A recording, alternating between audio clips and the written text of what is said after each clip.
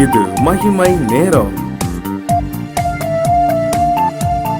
பிதாவாகிய தேவனாலும் கர்த்தராகிய இயேசு கிறிஸ்துவினாலும் உங்கள் எல்லாருக்கும் கிருபையும் இரக்கமும் சமாதானமும் உண்டாவதாக.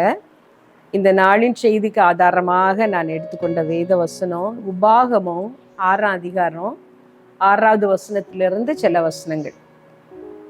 இன்று நான் உனக்கு கட்டளையிடுகிற இந்த வார்த்தைகள் உன் இருதயத்தில் இருக்க கடவது. நீ அவைகளை உன் பிள்ளைகளுக்கு கருத்தாய் போதித்து, நீ உன் வீட்டில் உட்கார்ந்திருக்கிற போதும், வழியில் நடக்கிற போதும், படுத்து கொள்ளுகிற போதும், எழுந்திருக்கிற போதும் அவைகளை குறித்து பேசி, அவைகளை உன் கையின் மேல் அடையாளமாக கட்டிக்கொள்வாயாக. அவைகள் உன் கண்களுக்கு நடுவே ஞாபக குறியாய் இருக்க கடவது. அவைகளை உன் வீட்டு நிலைகளிலும் உன் வாசல்களிலும் எழுதுவாயாக. எப்படி வேதத்தை படிப்பது என்கிற தலைப்பிலே இந்த வாரத்திலே நாம் தியானித்து கொண்டிருக்கிறோம். இந்த நாளிலே நாம் பார்க்கிறது உபாகமத்திலே பழைய ஏற்பாட்டின் நாட்களிலே கர்த்தர் அந்த நியாயப்பிரமாணத்தை, கட்டளைகளை, கற்பனைகளை மோசேக்கு கொடுத்துவிட்டு அந்த வார்த்தைகளை, அந்த நியாயப்பிரமாண வார்த்தைகளை என்ன செய்ய வேண்டும், ஆண்டவர் கொடுத்த வார்த்தைகளை என்ன செய்ய வேண்டும் என்று சொன்ன அந்த வேத பகுதியை கொண்டு நாம் தியானிக்க போகிறோம். கர்த்தர் பெரிய சட்ட திட்டங்களை அவர்களுக்கு கொடுத்தார். சின்ன சின்ன காரியங்களுக்கெல்லாம் அவர்கள் எப்படி நடந்து கொள்ள வேண்டும் என்று சொல்லி அவர்களுக்கு நியாயப்பிரமாணத்தை கொடுத்தார். கொடுத்து விட்டு அவர்களிடத்திலே சொன்ன காரியம், இந்த வசனங்கள் உங்கள் இருதயத்திலே பதிய வேண்டும். இந்த வார்த்தைகளை நீங்கள் கை கொள்ளும் பொழுது ஆசீர்வதிக்கப்படுவீர்கள். நீங்கள் பிரவேசிக்க போகிற அந்த பாலந்தேனும் ஓடுகிற தேசத்திலே நீங்கள் விருத்தி ஆவீர்கள், அதை சுதந்திரித்துக் கொள்வீர்கள், வருகையிலும் போகையிலும் நீங்கள் ஆசீர்வதிக்கப்படுவீர்கள் என்று சொன்னார். அவர்கள் அப்படி ஆசீர்வதிக்கப்பட வேண்டுமானால் இந்த வார்த்தைகளுக்கும் அவர்களுக்கும் ஒரு சம்பந்தம் இருக்க வேண்டும். இந்த வார்த்தைகளை அவர்கள் ஏற்றுக்கொள்ள வேண்டும், கீழ்ப்படிய வேண்டும். அதற்கு தான் ஆண்டவர் அவர்களுக்கு வழிமுறையை சொல்லி கொடுத்தார். என்ன சொல்லி கொடுத்தார் என்றால், முதலாவது நாம் வாசித்த இந்த பகுதியிலே, இந்த வார்த்தைகள் உன் இருதயத்தில் இருக்க கடவுது. இருதயத்திலே ஆண்டவருடைய வார்த்தைகள் இருக்க வேண்டும். ஒரு தடவை வாசித்து விட்டு அதை மூடி வைத்து விட்டு போனோமானால் அநேகமாக அந்த வார்த்தைகள் நம்முடைய இருதயத்திலே இருப்பதில்லை. இங்கே வாசித்து விட்டு வெளியே போனதும் நாம் அதை மறந்து விடுவோம். அந்த வார்த்தைகளை நாம் இருதயத்திலே ஏற்றுக்கொள்ள வேண்டுமானால் நாம் செய்ய வேண்டிய ஒரு காரியம், அந்த வார்த்தைகளை மனப்பாடம் பண்ண வேண்டும். இருதயத்திலே அந்த வார்த்தைகள் இருக்க வேண்டும். இதை கேட்கிற நீங்கள் செய்ய வேண்டிய ஒரு காரியம், கர்த்தருடைய வார்த்தைகளை மனதிலே பதியும்படியாக அவற்றை நீங்கள் படிக்க வேண்டும், மெமரைஸ் பண்ண வேண்டும், மனப்பாடம் பண்ண வேண்டும். ஆண்டவருடைய வார்த்தைகளை நீங்கள் மனப்பாடம் பண்ணும் பொழுது அது உங்கள் இருதயத்திலே இருக்கும். உள்ளத்திலே இருப்பது மாத்திரமல்ல, ஏற்ற நேரத்திலே அது உங்களோடு கூட சம்பாஷிக்கும். உங்களோடு கூட அந்த வார்த்தைகள் உங்களிடத்திலே பேசும். இருதயத்திலே பதித்து வைக்க வேண்டுமா? அதே போல நீங்கள் செய்ய வேண்டிய இன்னொரு காரியம், உங்கள் பிள்ளைகளுக்கு அவைகளை சொல்லிக் கொடுக்க வேண்டும். படுத்திருக்கும் பொழுதும் எழுந்திருக்கும் பொழுதும் நீங்கள் அந்த வார்த்தைகளை உங்கள் பிள்ளைகளோடு பேச வேண்டும் என்று சொல்லி வேத வசனம் சொல்லுகிறது. கர்த்தருடைய வார்த்தைகளை நீங்கள் உங்கள் பிள்ளைகளோடு பகிர்ந்து கொள்வதும் பேசுவதும் உண்டா? யோசித்து பாருங்கள். பிள்ளைகளுக்கு சாப்பாடு கொடுப்பதிலே கவனமாக இருக்கிறோம். நல்ல பள்ளிக்கூடத்திலே அவர்களை படிக்க வைப்பதிலே நாம் கவனமாக இருக்கிறோம். அவருடைய உலக பிரகாரமான காரியங்கள், சின்ன சின்ன விஷயங்கள் ஆனால் கூட அதில் அவ்வளவு சிரத்தை எடுத்து கவனிக்கிறோம். ஆனால் கர்த்தருடைய வார்த்தைகளுக்கு நாம் முக்கியத்துவம் கொடுக்கிறோமா? ஒரு தடவை யோசித்து பாருங்கள். உங்கள் பிள்ளைகளோடு நீங்கள் வேத வசனத்தை சொன்னது எப்பொழுது? வேத வார்த்தைகளை உங்கள் பிள்ளைகளோடு நீங்கள் பகிர்ந்து கொண்டது எப்பொழுது என்று நீங்கள் யோசித்து பாருங்கள். வார்த்தைகளை பிள்ளைகளோடு நீங்கள் பேச வேண்டும், பகிர்ந்து கொள்ள வேண்டும். உட்கார்ந்திருக்கிற பொழுதும் எழுந்திருக்கிற பொழுதும் கர்த்தருடைய வார்த்தைகளை பற்றி பிள்ளைகளோடு பேசுங்கள் என்று சொல்லி வேத வசனம் சொல்லுகிறது. இனிமேல் உன் கையிலே அடையாளமாக கட்டி கொள்வாயாக. உன் கண்களுக்கு நடுவே அது ஞாபக குறியாய் இருக்க கடவுது.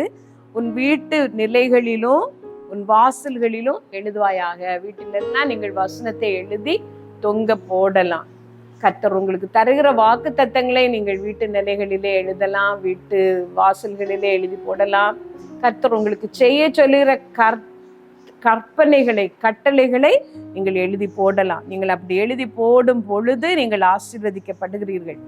ஆண்டவருடைய வார்த்தைக்கு நீங்கள் அவ்வளவாக முக்கியத்துவம் கொடுக்க வேண்டும் என்று சொல்லி வேதவசனம் சொல்லுகிறது. அழகான நம்முடைய வீடுகளிலே அந்த வீடுகள் ஆசீர்வதிக்கப்படும்படி நாம் செய்ய வேண்டிய ஒரு காரியம், கர்த்தருடைய வார்த்தைகளை நாம் எழுதி போட வேண்டும். வேத வசனத்திற்கு நாம் முக்கியத்துவம் கொடுக்க வேண்டும். சின்ன பிள்ளைகளாய் இருக்கும் பொழுதே உங்கள் குழந்தைகளை வசனத்தை மனப்பாடம் செய்ய வைத்து பழக்குங்கள். வார்த்தைகளை அவர்கள் படிக்கட்டும், மனப்பாடம் செய்யட்டும். ஒரு சின்ன கதையை சொல்லி நான் முடிக்கிறேன். ஒரு தாய் தன்னுடைய மகனை வார்த்தைகளை அதிகமாக வேத வசனத்தை படிக்க வைத்து வளர்த்தார்கள். சின்ன வயதிலே ஞாயிற்றுக்கிழமையானால் அந்த பையன் ஒரு சங்கீதம் சொல்லாவிட்டால், மனப்பாடம் பண்ணி சொல்லாவிட்டால் அவனுக்கு அவர்கள் உணவு கொடுப்பதே இல்லை. அவ்வளவு ஸ்ட்ரிக்டாக ஆண்டவருடைய வார்த்தைகளை சொல்லி கொடுத்து வளர்த்தார்கள். ஆனால் அந்த பையன் வாலிப வயதினான பொழுது கர்த்தரை மறந்து விட்டான். அவனுடைய சக நண்பர்களோடு சேர்ந்து கர்த்தருக்கு ஏற்காத ஒரு வாழ்க்கை, கர்த்தரை விட்டு தூரமாய் போன ஒரு வாழ்க்கை அவன் வாழ தொடங்கினான். குடிப்பதிலும் வெறிப்பதிலும் தன்னுடைய வாலிப நாட்களை செலவிட தொடங்கினான். இந்த தாயார் தன்னுடைய மகனுக்காக ஜெபித்து கொண்டே இருந்தார்கள். ஒரு நாள் அவன் வெளி ஊருக்கு போக வேண்டியது வந்தது. வெளியிலே ஒரு அறையிலே தனியாக தங்க வேண்டியது வந்தது.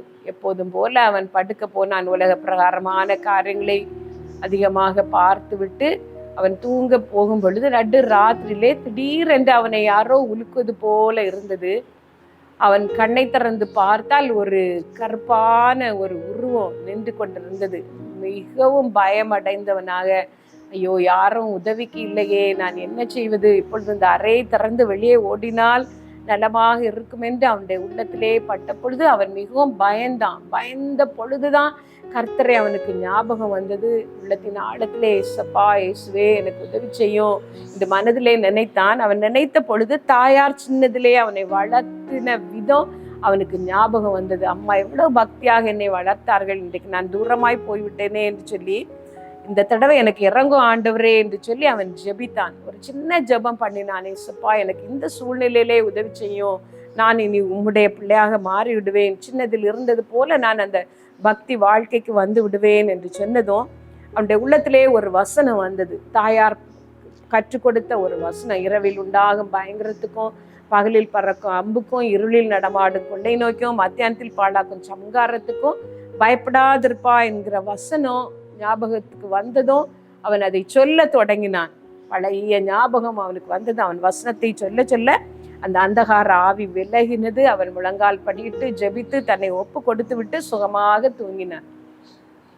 ஆண்டவருடைய வார்த்தை வல்லமை உள்ளது, ஜீவன் உள்ளது, உங்களையும் மாற்ற அது போதுமானது. பிள்ளைகளுக்கு சின்ன வயதிலே ஆண்டவருடைய வார்த்தைகளை சொல்லி கொடுத்து பழக்குங்கள். வசனத்திலே அவர்கள் பழகினவர்களாக இருக்கட்டும், வசனத்தை நன்கு அறிந்தவர்களாக, மனப்பாடம் பண்ணினவர்களாக இருக்கட்டும். நீங்களும் எந்த வயதானாலும் வசனத்தை மனப்பாடம் பண்ணலாம்.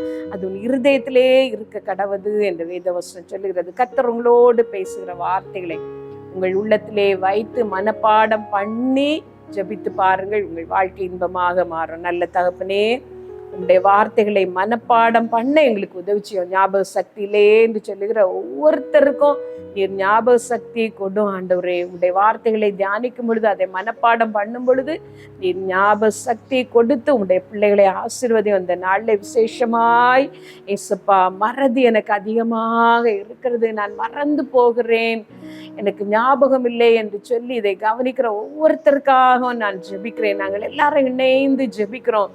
எல்லா மறதியும் இயேசுவின் நாமத்துல நீங்கி போக நாங்கள் கட்டளையிடுகிறோம். உமக்கு பிரியமில்லாத காரியங்களை அளவுக்கு அதிகமாக பார்த்து எங்கள் மூளையிலே வேண்டாத இருட்டை நிரப்பிக்கொண்ட எங்கள் பாவத்தை மன்னியும் ஆண்டவரே. எங்களை பரிசுத்தமாக்கும்.